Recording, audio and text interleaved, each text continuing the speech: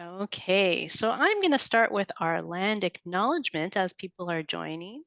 We recognize that our work and the work of our members takes place on traditional Indigenous territories across Ontario. We also wish to acknowledge that the office of the RNAO is located on the traditional and unceded territory of the Huron-Wendat, Haudenosaunee, and the territory of the Mississaugas of the Credit. This territory was the subject of the Dish with One Spoon Wampum Belt Covenant, an agreement between the Iroquois Confederacy and the Ojibwe and allied nations to peaceably share and care for the resources around the Great Lakes. We also recognize that the participants of today's webinar are located in other traditional lands across Ontario. Today, this land is still the home to many First Nations, Inuit, and Métis people from across Turtle Island, and we are grateful to have the opportunity to work in this territory.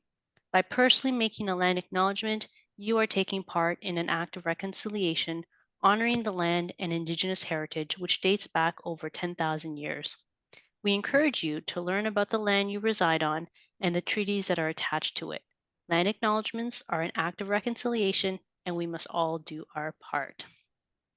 So, welcome everybody to this webinar, which is hosted by the RNAO, and we are going to be talking about the Long-Term Care Best Practice Spotlight Organization Program.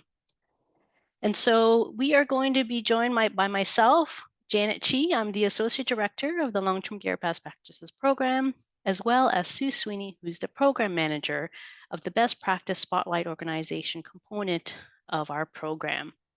And so we are absolutely delighted. We have a full lineup of content today. And so we're going to be talking about what BPSO is. We're going to talk about eligibility requirements and what homes need to do in terms of getting on board with this program. We've got two fantastic speakers, Veronica and Serena, who are going to be joining us, and they're going to be giving us their personal experience with the BPSO program.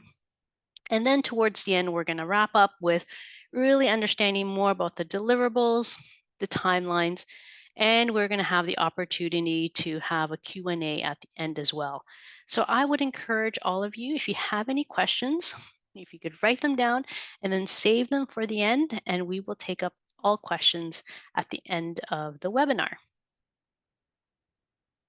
So just to start us off, for those of you who may not be as familiar, RNAO, we are the professional associations for registered nurses, NPs, and nursing students in Ontario. We have two big parts of our program. We have one part that is about advocating for healthy public policy. And then the other part, which really is our big signature program, is the best practice guideline and best practice spotlight organization program. And we're going to be talking a lot about that program today. And so our BPG program is quite special. We have been funded by the government of Ontario since 1999. So we're going on, 24 years strong. And the whole purpose of our program is really to develop, disseminate, and actively support organizations to implement best practices. Now, the whole point is so that we can improve outcomes for residents, for our clients, for our staff, and for organizations. And part of this program, next slide. We've got our model here. And so our best practice program model consists of three big pillars. And so a little bit of an overview on the top is our guideline development pillar. And so this pillar is really about how we go about developing the 50 plus guidelines that we have, both clinical and healthy work environment guideline, all free to download on our website, and all based on a very rigorous methodology. Our second big component of our program model, or big pillar, is the one on the bottom left, which is dissemination, implementation, and sustainability. And this is a pillar that really focuses on a multimodal approach of how we at RNAO support individuals and organizations to implement best practice guidelines. And then our last big pillar on the bottom right is monitoring and evaluation. And what that is really looking at how do we measure the outcomes of all that work of implementing guidelines? And how do we measure the impact on residents, on staff, and also on organizations? Next slide. And so, very specifically, the long-term best practices program, also funded by the government of Ontario, our goal is really again to improve resident outcomes, and we do that through utilizing our best practice guidelines and our fulsome program to support long-term care homes. And so, the great thing about this program is we are specifically here to support long-term care, to improve resident care, and to improve our long term care environments as well. Part of our program is the Best Practice Spotlight program. And that's really a big part of the dissemination, implementation, and sustainability pillar. And this specific program is really geared towards how do we support long term care homes, organizations. Next slide. And so you might be wondering, what is BPSO? Well, BPSO is really about how we at RNAO can partner with long term care homes to implement guidelines. And this is a formal process. And the great thing about this process is it is fully funded. We are here to help homes, and there's a very specific methodology for how we do that. And so when we look at the methodology, the first part of what we do in terms of best practice spotlight organization is we would go and we would partner in a 3-year period with a contract. And this contract would be between us, RNAO, as well as you in long term care home. And in those 3 years, we at RNAO would support you to reach BPSO designation. So the 3-year period is the first part is called pre-designate period. That's when you're working towards the goal of designation. You're building your infrastructure in your home to support implementing best practices. You're building capacity. You're implementing guidelines. You are looking at how to share your work, and you're looking at sustainability and reporting, all of those pieces. And after those 3 years, then you would move into the designation period. So we would have a graduation ceremony once you have met all the eligibility deliverables. And then you would move into 2-year designation contracts. So when you decide, oh, I'd like to become a BPSO, it's not just 3 years and it's done. It's actually a long term commitment towards supporting evidence based practice in your home. And when we're looking at this methodology and all these fantastic components of the methodology, these are purposeful. These are based on a implementation science methodology, really supporting not just improving care for today, but improving care for long term. And so we have been doing this for 20 years. So this year, we're actually at RNAO celebrating our 20 years of best practice spotlight organizations. And what does this mean? 20 years. So over the course of these years, we have engaged 78 long term care homes that have become BPSOs that are either pre designates or designates. And that's a great 12% of long term care homes in our province. And we have links with 145 long term care homes through this BPSO program. And we also have a host model with universal care. And so we are really excited to continually each year expand how many long term care homes join the BPSO program.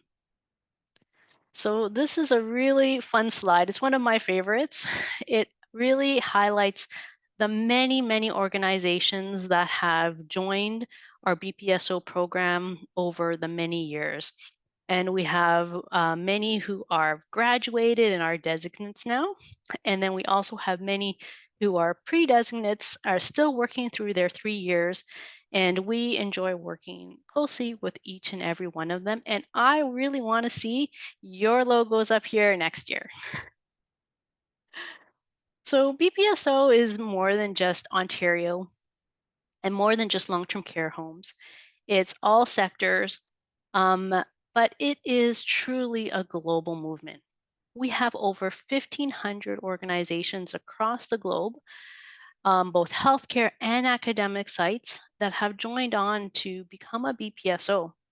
And, that's a real testament to, for one, the structure of BPSO, how much support we provide to organizations, and also the outcomes of what it means to be a BPSO.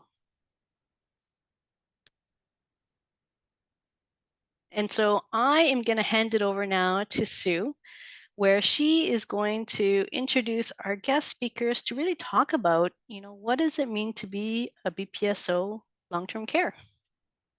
Thanks, Janet. So it's my pleasure today to introduce both Veronica George and Serena Alberts Bourgeois as guests to speak about their BPSO experience. So I'd like to introduce Veronica first. Veronica George is the Quality Improvement Nurse at Braemar Retirement Center, and she is their BPSO liaison. Welcome, Veronica, and I'll let you take it away. Thank you, Sue. Thank you for the opportunity to speak at the session. So my name again is Veronica George. I work at Braemar Nursing Home in Wingham. It's a small town west to Kitchener. So to take everyone back to the stories, back in 2019 is when Sweeney told me to attend the Clinical Institute, and that's how I went and attended the 1-week stretch of the Institute at the lovely Niagara. So it was a fantastic location to be part of the Clinical Institute, and that's when I learned about the BPSO. So that's when I found out that a lot of homes have been implementing BPSO for all these times, and I didn't know anything about BPSO at the time. And since then, we committed to the BPSO program, and we entered the 3-year right at the start of the pandemic. So 2020, we had initiated our program in around March or April, and that's when we started having COVID too. So it was very difficult to implement BPSO along with other COVID restrictions, COVID rules, COVID changes. But then taking one step at a time and constant support from Sweeney helped us a lot to implement everything that we did through this pandemic. To specifically say, there is nothing to specifically say as to what Sweeney supported us with, because every single step that we did and every achievement that we have got is only by the support of the coach. So coach has a great role in what we have accomplished. And so say, for example, initially I was always scared to take a step to do anything at any sort, and so Sweeney would support me and guide me as to what this is going to be. So for a BPSO to be BPSO, it is important to know what it is going to be, what it is going to be like for the next 3 years or after. But then thinking about everything at once is going to stress you out. So taking this one step at a time, it's going to help you achieve the goal. So Sweeney says like short-term achievable goals, right? Like that's what we have to do to make it possible. So like the coach will explain things to you in a way that you can understand each step, that how you have to handle it, how you can implement it in a home. And that's the way to get it done. And the meetings with the coach used to be either weekly or bi-weekly. Initially, it was weekly because we needed constant help and support. So it was weekly, and so Sweeney was accessible to us by email or phone, and we were able to like ask her any help that we needed. So it was, I will say, weekly, later on bi-weekly, or more often than weekly. So however help we needed it. So through the 3-year, we have implemented 4 BPGs, and it has changed a lot for Braemar. If we were to look back in 2018 and 19, we didn't have the cultural experience that we're having now and the positive experience we're having now. It was not there back then. Back then, it was just a workplace, and we were coming and we were complaining, not happy place. There were a lot of things that was not satisfying to a lot of people. But now a lot of things have changed. Our perspective to resident care have changed. It's a together feeling now. The staff knows what we are supposed to do to achieve certain resident care, like what we are looking at, what like we have to do to meet the residents' expectations. We are giving priority to what the person wants. So first BPG that we implemented was the person and family centered care. So that itself gave us a whole new perspective of what the resident care is and what is expected. And also through that implementation, we give a lot of priority for the staff as well. We appreciated the staff. So you had sent us the little pamphlets that we can give to each one another, like appreciating their work, appreciating how they have helped a resident, or a good word they have said to another staff member, or whatever they did, whatever we noticed as a good thing, we appreciated each another. So that way we were boosting up our values within the home. And I would say, like, implementing the BPG of PFCC at first really helped us change our perspective towards the BPG and towards the resident care. So if I was to say what the RNAO support, other than coach support, if that was something, sorry, from the RNAO, there is a financial support that we get. Some employers might be thinking like, oh, it's another lot of work. We have to train all these people, and it's a lot of work for their side. But then there was support that we got from the RNAO as well, to accommodate those needs as well, even for the AFCs. No, I'm not getting Fellowship? that. Yeah, for that also, like the RNAO is supporting financially too, and that is also a help. And so through these 3 years, we have implemented so much that everything changed, and it's all in the policies, and that is our practice now. With the sustainability, it's just being in the practice with the policy changes and practices. That's going to be in our lifestyle here. It's going to be in our practices forever until we bring another change. So the changes have been implemented, and it's in our changes, it's in our practices, and it's going to be there with us forever. And that's for good reason and for better resident care. And the families also see it very well. And we celebrated our designation with a barbecue party, lunch, and families were invited too. And we had a great day celebrating it. It's a great accomplishment. I feel very proud, personally and professionally, to be part of the BPSO. And this journey was amazing for us. Thank you so much, Veronica, for your story and telling us how BPSO has impacted you, and the development of the liaison has been amazing throughout this journey. So I'm going to take this opportunity now to introduce Serena Alberts, and she is the BPS liaison for Watford Quality Care Center. And she's the lead for pain management and suicide ideation. So thank you, Serena, for joining us, and I'll hand it to you. Hi, yes, Serena Alberts. I'm just a staff nurse here over at Watford Quality Care. I'm also the BPSO liaison.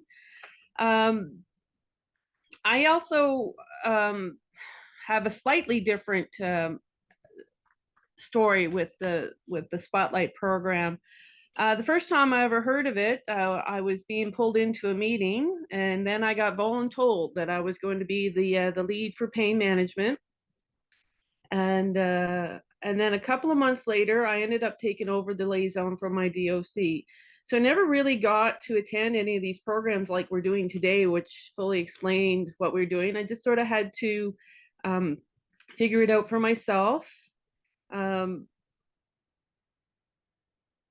So I was given access to the Enquire demo site, and I watched a bunch of videos, and I attended the knowledge exchanges.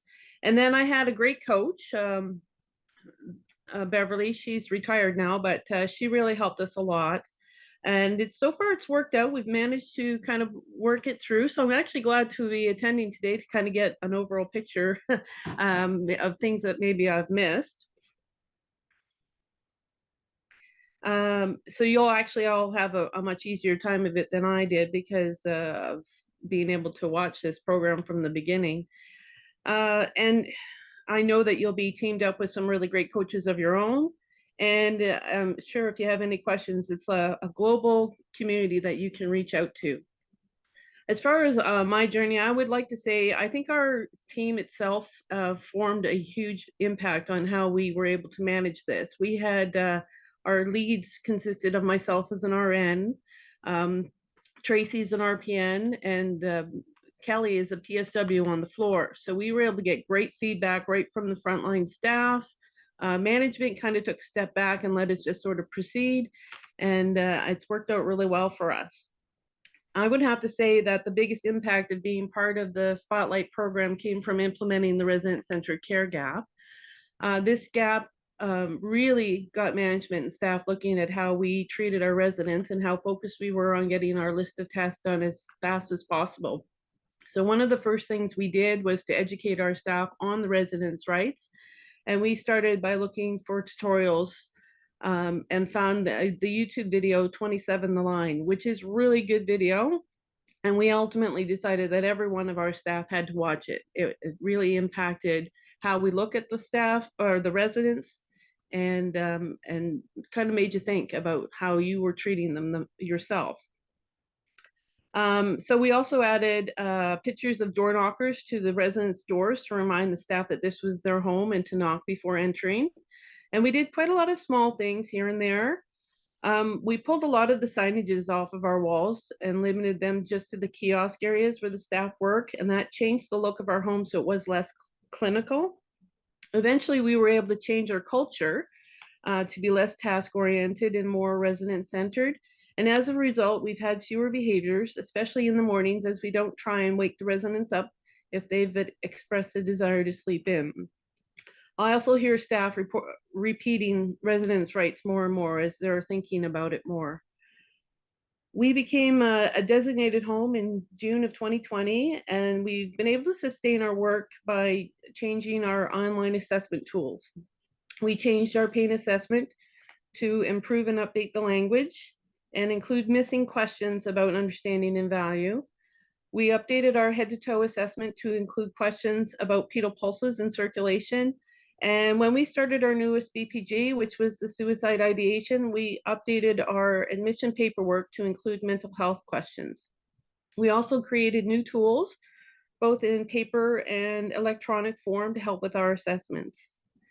As a result of being part of BPSO, we've had a few articles published that we never would have done prior to being part of this program. For our work on resident-centered care, we had 2 articles. One was written in the Erie St. Clair Behavioral Support newsletter in summer of 2020, and the other was in the Seasons magazine published by OARC in their spring edition of 2022. And for our work on pain management, the RNAO itself has published an evidence booster back in 2022 for us. Our newest work with the suicide ideation gap came about because we had a resident who was threatening to commit suicide after the death of his wife.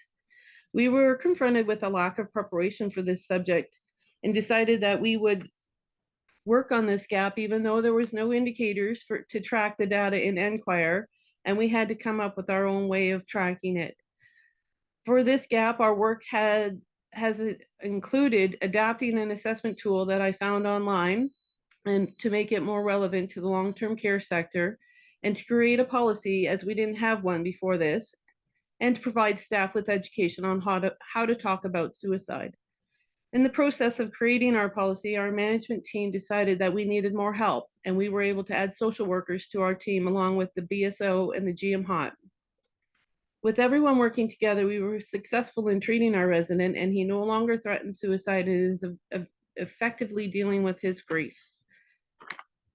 Overall, the BPSO program has improved not just the quality of our care as staff, but also the quality of life for our residents. It can be a lot of work, but remember, several small things can make a big difference, and it's definitely worth the journey.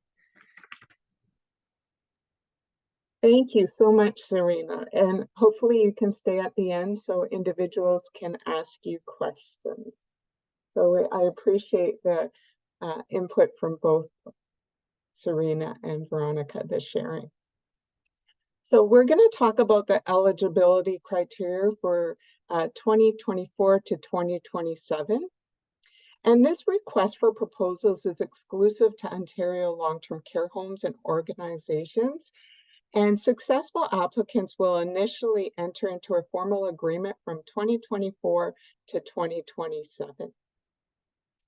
So hopefully you had an opportunity to download the RFP from our website. If you haven't, it is located on the BPSO long-term care website. And the eligibility criteria for BPSO long-term care applicants will be found within the RFP on page 15 and 16. So we're going to talk about the deliverables for this contract. So at a minimum, BPSO long-term care organizations commit to a 3-year partnership with RNAO. They also agree to contribute the necessary financial resources to support guideline implementation, evaluation, and sustainability during the initial 3-year pre-designation period, and as Janet said, post-designation also. So, as discussed earlier by Janet, the agreement with RNAO and the BPSO addresses the key areas of implementation, capacity development, dissemination, evaluation, and monitoring. And we'll talk about each of these in a little more detail as the webinar continues. So the heart of BPSO program is the implementation of best practice guidelines. So organizations are required to implement a minimum of 3 RNAO clinical best practice guidelines. And included in those best practice guidelines is person and family centered care, which you heard about from Serena and Veronica, and transitions in care. In addition, you can choose a minimum of 1 BPG, and if you want to choose more, you're more than welcome. And the list of BPGs to choose from are found on page 6 of your RFP. So if you're one site organization, at minimum, the person and family centered care guideline and transitions in care and services must be implemented across the entire long-term care home, while the other BPG can be implemented on a unit or on home area. All BPGs must be implemented by the end of the 2nd year, with the implementation of at least 1 guideline by the end of the 1st year. This leaves the 3rd year for sustainability, evaluation, and preparation for your long-term care designation. So if you're a multi-site organization, you have 2 alternatives that you can choose from. So all homes implement all 3 guidelines within the 3-year designation, and the corporation will select 1 site to be the lead site to coordinate the BPSO efforts across all 3 sites. Or all sites must implement the PFCC and the transitions in care guidelines across all sites, and the corporation will identify 1 site as the lead site to also implement the remaining guideline prior to the completion of the pre-designate period, with the understanding that the lead site will spread to the other sites the remaining guideline within the pre-designate period, with completion of the implementation to occur prior to the end of pre-designation or post-designation. So RNAO has partnered with Point Click Care to develop RNAO clinical pathways. This is an evidence-based tool embedded in the Nursing Advantage module. Participation in this is not mandatory, but preference will be given to organizations who choose to include clinical pathways as part of their implementation strategies.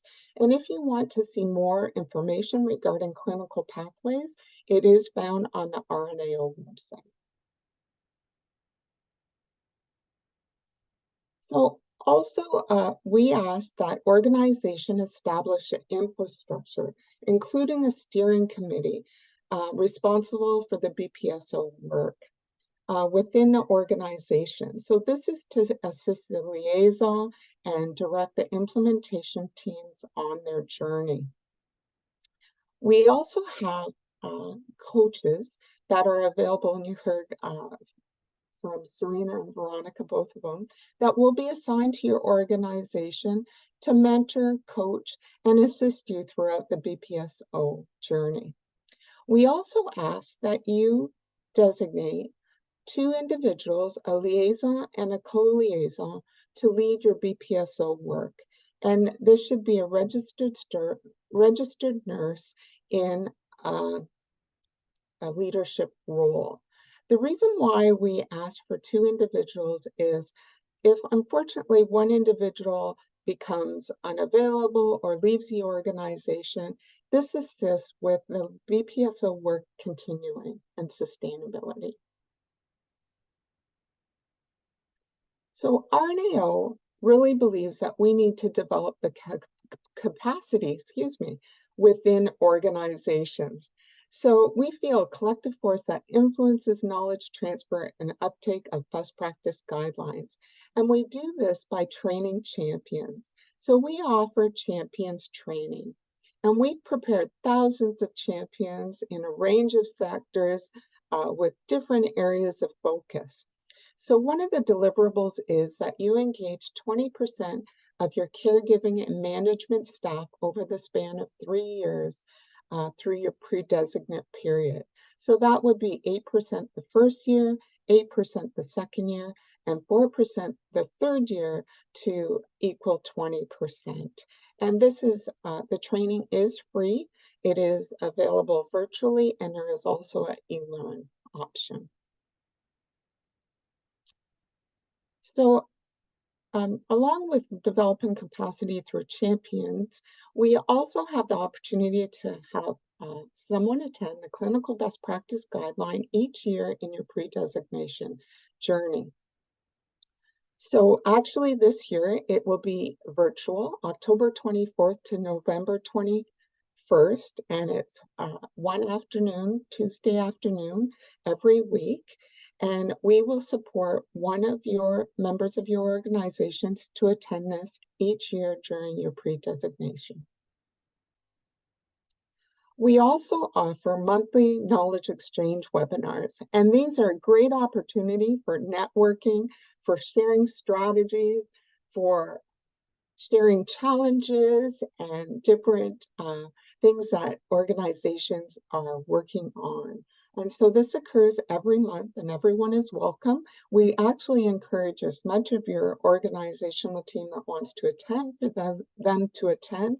And this has really been a valuable asset to the capacity building within BPSOs. So another opportunity is RNAO hosts an annual BPSO symposium to support continued capacity development, knowledge dissemination, and networking opportunities with other BPSOs and support the sharing of our accomplishments. This year, we're actually having a 3-day in-person event in Toronto to celebrate 20 years of BPSOs. Prior to COVID, we usually had a 1-day event in Toronto, in-person event, and during COVID, we went to a virtual platform. So we will support at least 2 key staff to attend the symposium.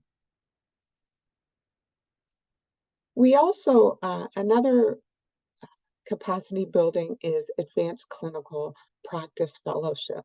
So this provides an RN or an MP with a focused, self-directed learning experience to develop clinical leadership and best practice expertise. The fellow will have support not only from a mentor or from their employee, but also from RNAO. So applying for an application for the Advanced Clinical Fellowship, this is for RNs and NPs. So as a coach, I have to share that this is one of the most amazing aspects of BPSO, is the amount of networking, mentoring, and collaboration that occurs between BPSOs and with the BPSO program. So you'll have the opportunity, if you join the BPSO family, to be mentored and to be a mentor to other organizations and to share the things that you've done. So let me go through just the checklist of capacity builder. So we ask that you develop 20% of your staff through champions training, that you have an individual apply for advanced clinical professional fellowship, that we support one individual from your organization to attend the Clinical Best Practice Institute every year, that you participate in the monthly knowledge exchange to network and share, and that you have the opportunity to mentor and be mentored by other best practice spotlight organizations. So Janet, I'm going to let you take over and talk about the sustainability. Okay, so thank you, Sue. So as I mentioned before, BPSO isn't just about the 3-year contract. It's really about how do you build an evidence-based culture for the long term. And so whenever we're looking at any of the deliverables, when we're looking at the infrastructure you're building, the eye is always focused on how do we build up your organization so that you continue best practice for your residents into the future. And so one of the pieces that we really that's really important, a deliverable, is reporting. So twice a year there is an online report that you would fill out, and it's about talking about what you've achieved, what you've done, how many champions you've got, where you are with your implementations. And the purpose of the report is so that when we meet twice a year, myself and Sue, your coach, we will meet with you and we'll talk about your progress, and we could work with you to give you some advice, give you some ideas on how you can continue your BPSO journey.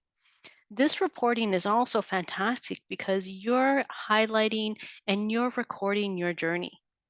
That journey you could use for many things. And, Serena talked about publication. You could use the information you gathered about your reporting to talk about your BPSO journey and how you've achieved your results. Also, part of the reporting is within the 3-year period, either myself or Sue will come for a site visit. And these site visits are fantastic. We come and we really look to see what does BPSO look like in your home. And so when anyone comes into your home, they know, oh, this organization, this home is a BPSO. That means they are dedicated to best practice. And so these are part of the requirements in terms of reporting and really recording what you're doing so that we can give you a hand and give you support throughout the process. Another part of the reporting is monitoring and evaluation. And we have a system called NQuire, Nursing Quality Indicators for Reporting and Evaluation. And what that means is that each home is expected to report your outcomes. So report on how did you do with your implementation. And so next slide, Sue. So in the RFP on page 10, it really outlines what each home needs to report from an outcome perspective. And the importance of reporting outcomes is for you to really track how you're doing. So if you have decided to select falls as your guideline, then would be required to submit falls data on a process and an outcome indicator. And then you can utilize that data as part of your quality improvement to see how you're doing, what's your progress, check how your falls rates are going, and then look at what has been the most effective. And this data is really about supporting you and your implementation efforts. I also say that when you collect data and share data, that really reinforces the work that everybody does. And so we really encourage that the data that you're collecting, that you're submitting, also be shared with your frontline to really celebrate your successes. Now, NCAR participation is mandatory. And so, not to worry, we have lots of supports that would help you to understand which indicators to select, how to collect that data, and then also how to submit that data. And just like Serena said, we have videos. We also have lots of webinars and in-person, coaching support from our coaches and our Enquire team. Dissemination is really important. And just like when you look at our RNAO guidelines, they're free, they're available to share. That really is what dissemination is about. It's about saying, hey, we did an amazing job with our implementation. We need to share it with other people. We need to share it with other homes, just like Veronica and Serena did today. They're sharing their experiences so other homes can also similarly implement and improve their outcomes for residents, improve their quality of care and their environments for their staff. And so it's a requirement that each home disseminate through either presenting at a conference, participating at an RNAO event, sharing a resource, submitting a manuscript for publication. So that is 2 dissemination items are required within the 3-year period. And I have to say, Sue and I are very good at identifying opportunities for all of our homes to be able to meet this requirement.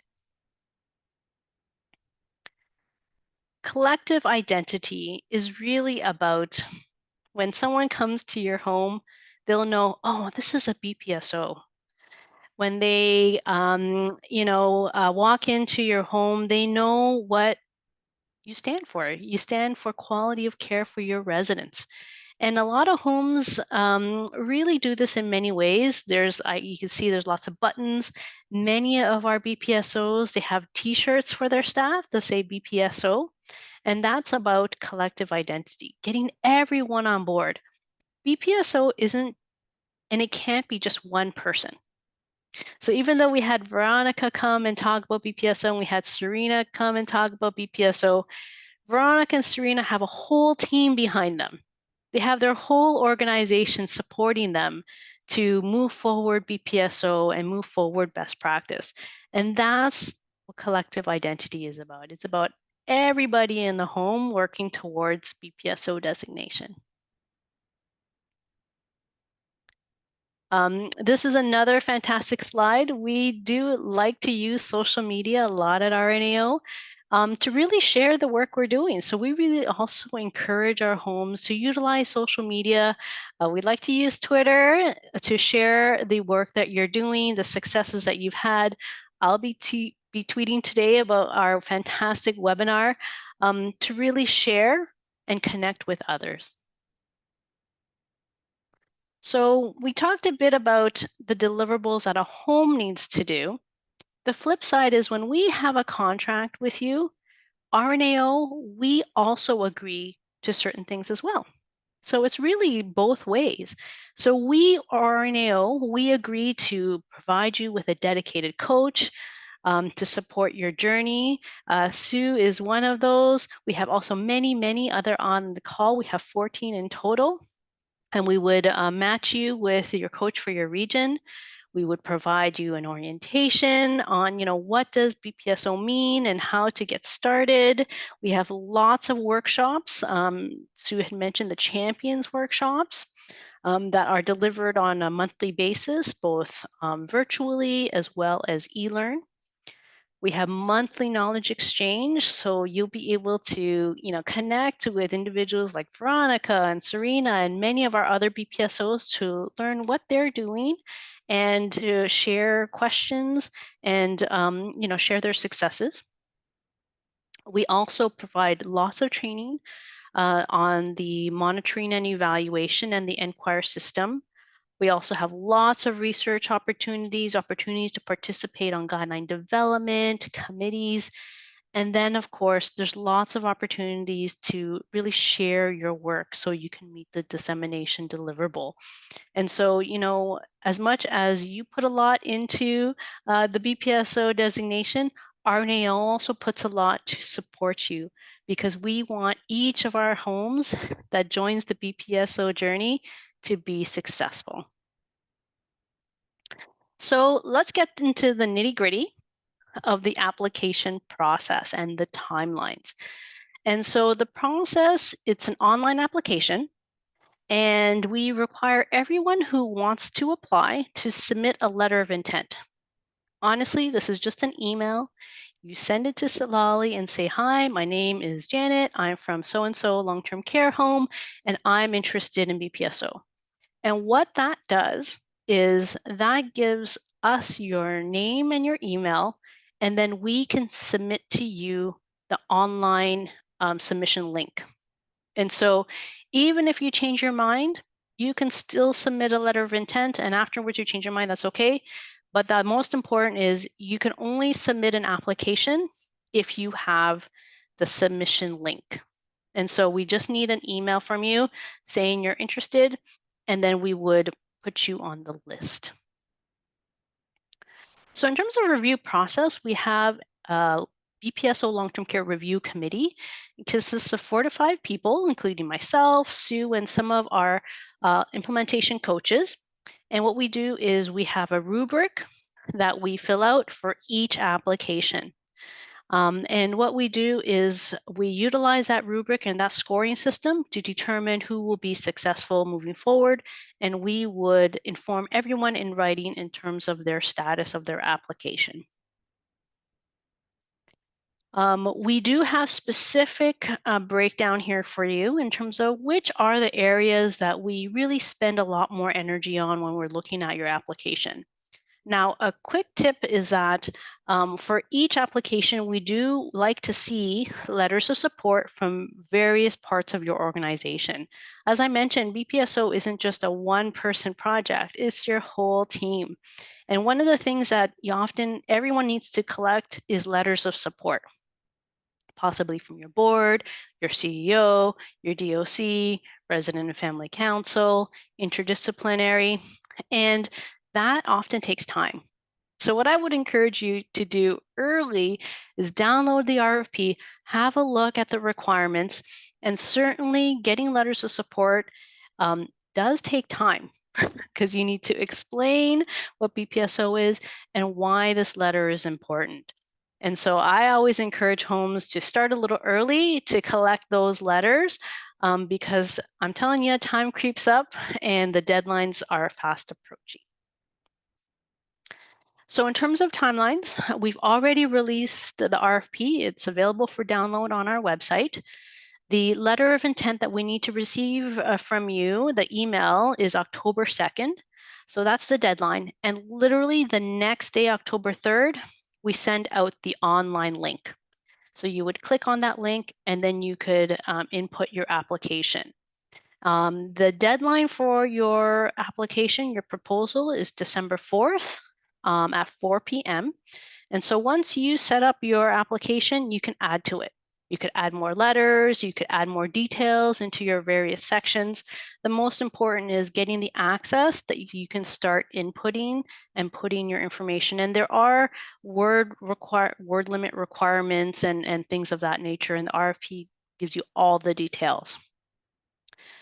Then you got to give us a few weeks to review your applications, and then we get back to everyone in February. Sign contracts in March, and then we're off to the races to start our launch in April/May. Okay, so this is a very important email. If you have any questions, you need to submit them in writing by November 27th. Email Sitlali Singh. Her email is here. And attention to me, Janet Chee, and we will respond if you have any questions. If you have a long-term care coordinator, implementation coach you're connected with, you could always connect with them as well. I will say that all of our coaches can help you out with your application. We cannot review your application, but we can certainly help if you have any questions, give you some tips. Okay, but it is a formal process, and so we cannot review or write any components of your application. But certainly, if you have any questions, you can connect with any of our long-term care implementation coaches, and then formally through CITLALI as well.